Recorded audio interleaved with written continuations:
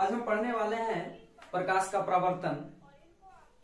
प्रकाश हम इसको इंग्लिश में लाइट कहते हैं। प्रवर्तन एवं अपवर्तन। तो सबसे पहले हम पढ़ेंगे प्रकाश का परावर्तन। प्रकाश का परावर्तन, उसके बाद हम पढ़ेंगे अपवर्तन। परावर्तन का मतलब यह होता है कि प्रकाश किसी वस्तु पे टकराकर परावर्तित हो जाती है, उसे हम परावर्तन कहते हैं। प्रकाश एक माध्यम से आ रही है, अब वस्तु पर टकराकर उसी माध्यम में वापस चले जाती है, उसे हम प्रकाश का परावर्तन कहते हैं।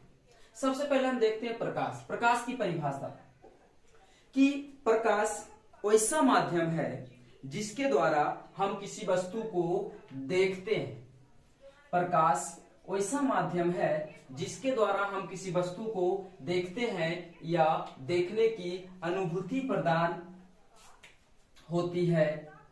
प्रकाश वैसा माध्यम है जिसके द्वारा हम किसी वस्तु को देखते हैं या देखने की अनुभूति प्रदान होती है, उसे प्रकाश कहते हैं। कहने का मतलब ये हुआ कि अगर कोई वस्तु को हमें देखना है तो सबसे पहले हमें प्रकाश की जरूरत होती है। बिना प्रकाश के हम किसी वस्तु को देख नहीं सकते हैं। एक एग्जाम्पल, अगर अंधेरे कमरे में हम चले जाएं और किसी वस्तु को हमें देखना हो तो हम क्या करते हैं कि वस्तु पे प्रकाश को जलाते हैं।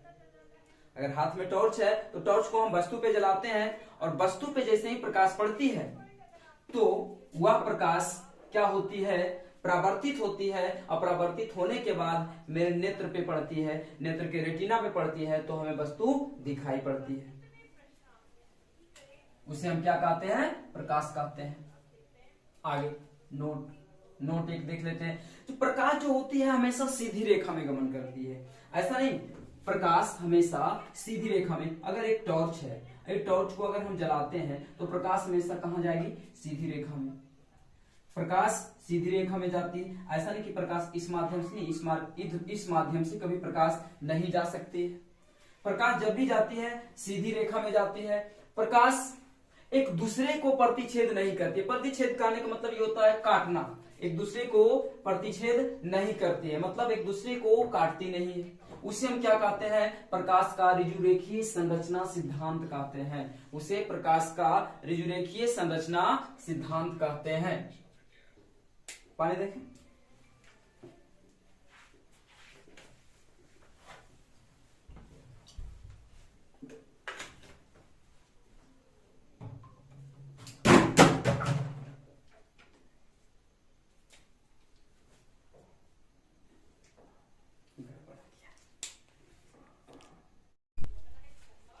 नेत्र के पास अपना प्रकाश नहीं होता है। नेत्र के पास अपना प्रकाश नहीं होता है। पहले प्रकाश किसी वस्तु पे आपतित होती है, परावर्तन के बाद नेत्र के रेटिना पे पहुंचती है।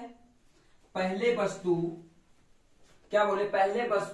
किसी वस्तु पर आपतित होती है। पहले प्रकाश किसी वस्तु पर आपतित होती है, परावर्तन के बाद नेत्र के रेटिना पर पहुंचती है। रेटिना पर किसी वस्तु का प्रतिबिंब उल्टा, वास्तविक और अस्थायी बनता है। रेटिना पर किसी वस्तु का प्रतिबिंब उल्टा, वास्तविक और अस्थायी बनता है। जैसे यहाँ पर हम देखते हैं, यहाँ पे एक वस्तु है, एक वस्तु को हम लिए हैं। यहाँ एक वस्तु है, पेंसिल। अब इस पेंसिल को हमें देखना है तो हम क्या करेंगे, टॉर्च को यहाँ पे टॉर्च ले आएंगे। टॉर्च को हम क्या करेंगे, टॉर्च से प्रकाश को जलाएंगे। जैसे ही प्रकाश टॉर्च से निकलेगा तो इस वस्तु पे हम जलाएंगे, वस्तु पे पड़ेगा। वस्तु के पड़ने के बाद हमारे नेत्र पे आएगा, ये नेत्र पे, नेत्र की रेटिना पे। तो हमें जो वस्तु दिखाई पड़ेगा, कैसा दिखाई पड़ेगा, उल्टा, वास्तविक और अस्थायी।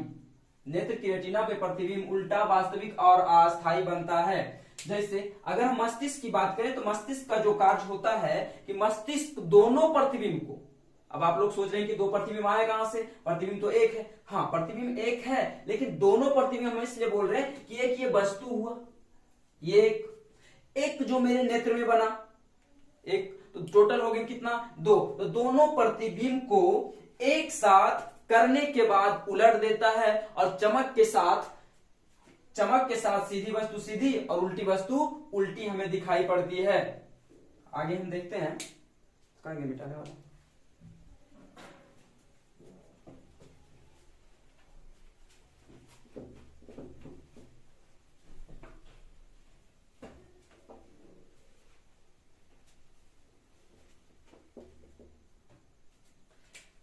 नेत्र, अगर नेत्र की बात करें तो नेत्र में दो प्रकार की कोशिकाएं पाई जाती है, दो प्रकार की। नेत्र में दो प्रकार की कोशिकाएं पाई जाती है, एक होता है क्षण कोशिका और दूसरा शंकु कोशिका। एक क्षण और दूसरा शंकु कोशिका। क्षण कोशिका कार्य जो होता है, क्षण कोशिका का कार्य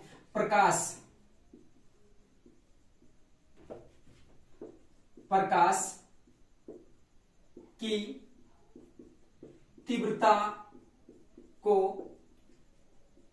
ग्रहण करता है, प्रकाश की तीव्रता को ग्रहण करता है। और शंकु कोशिका का कार्य होता है,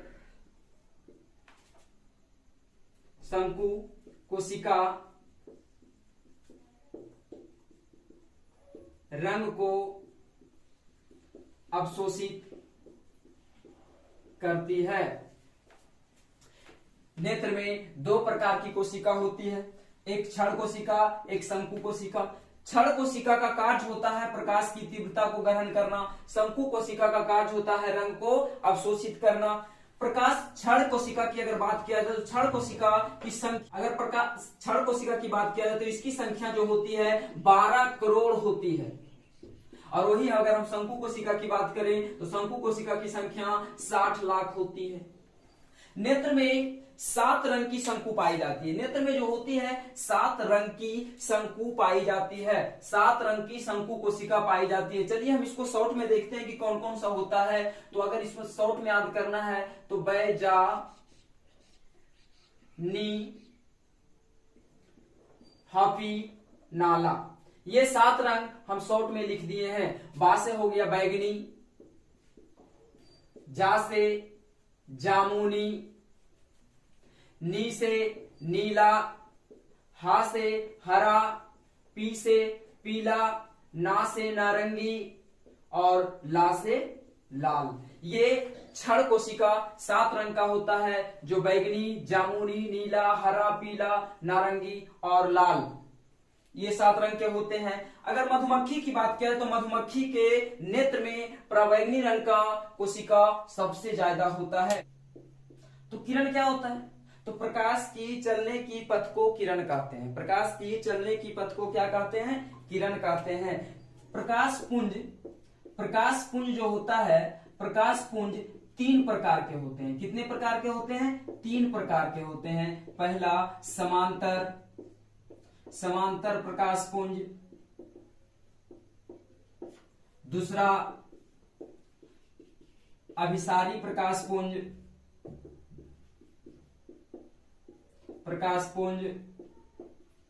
और तीसरा अपसारी प्रकाश पुंज।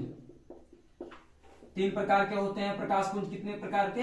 3 प्रकार के होते हैं। पहला समांतर प्रकाश पुंज, दूसरा अभिसारी प्रकाश पुंज, तीसरा अपसारी प्रकाश पुंज। चलिए इसके बारे में हम थोड़ा देख लेते हैं कि समांतर प्रकाश पुंज क्या होता है। तो समांतर प्रकाश पुंज कहने का मतलब ये होता है कि सभी किरणों की बीच की दूरी समांतर होती है। जैसे यहाँ पे हम 3 किरण दर्शाए हैं, तो इसके बीच की दूरी जो होगा, ये बीच की दूरी क्या होगा? समांतर होगा। इसे हम समान होगा, इसके बीच की दूरी क्या होगा? समान होगा। उसे हम क्या कहेंगे? समांतर प्रकाश पुंज कहते हैं। अभिसारी प्रकाश पुंज होता है कि अभिसारी के मतलब होता है जमा होना। अभिसारी के मतलब क्या होता है? जमा होना। एक बिंदु पे बहुत सारे प्रकाश आकर के क्या हो रहे हैं? जमा हो रहे हैं। उसे हम क्या कहते हैं? अभिसारी प्रकाश पुंज कहते हैं। एक बिंदु पे सभी प्रकाश आकर के जमा होते हैं तो उसे हम अभिसारी का अर्थ ही होता है अभिसारित होना, मतलब जमा होना। किसी बिंदु पे किरण को आकर के, प्रकाश को आकर के क्या होना? जमा होना। उसे हम क्या कहते हैं? अभिसारी प्रकाश पुंज कहते हैं। अपसारी के मतलब होता है फैलना। अपसारी के मतलब क्या होता है? फैलना। एक बिंदु से प्रकाश क्या होता है, बाहर की ओर फैलता है, उसे हम अपसारी प्रकाश पुंज कहते हैं। एक बिंदु से बाहर की ओर जब प्रकाश निकलती है फैल करके, उसे हम क्या कहते हैं, अपसारी प्रकाश पुंज कहते हैं। बाकी का हम देखेंगे अगले क्लास में। अगर वीडियो आपको अच्छा लगा हो तो शेयर और सब्सक्राइब जरूर करें।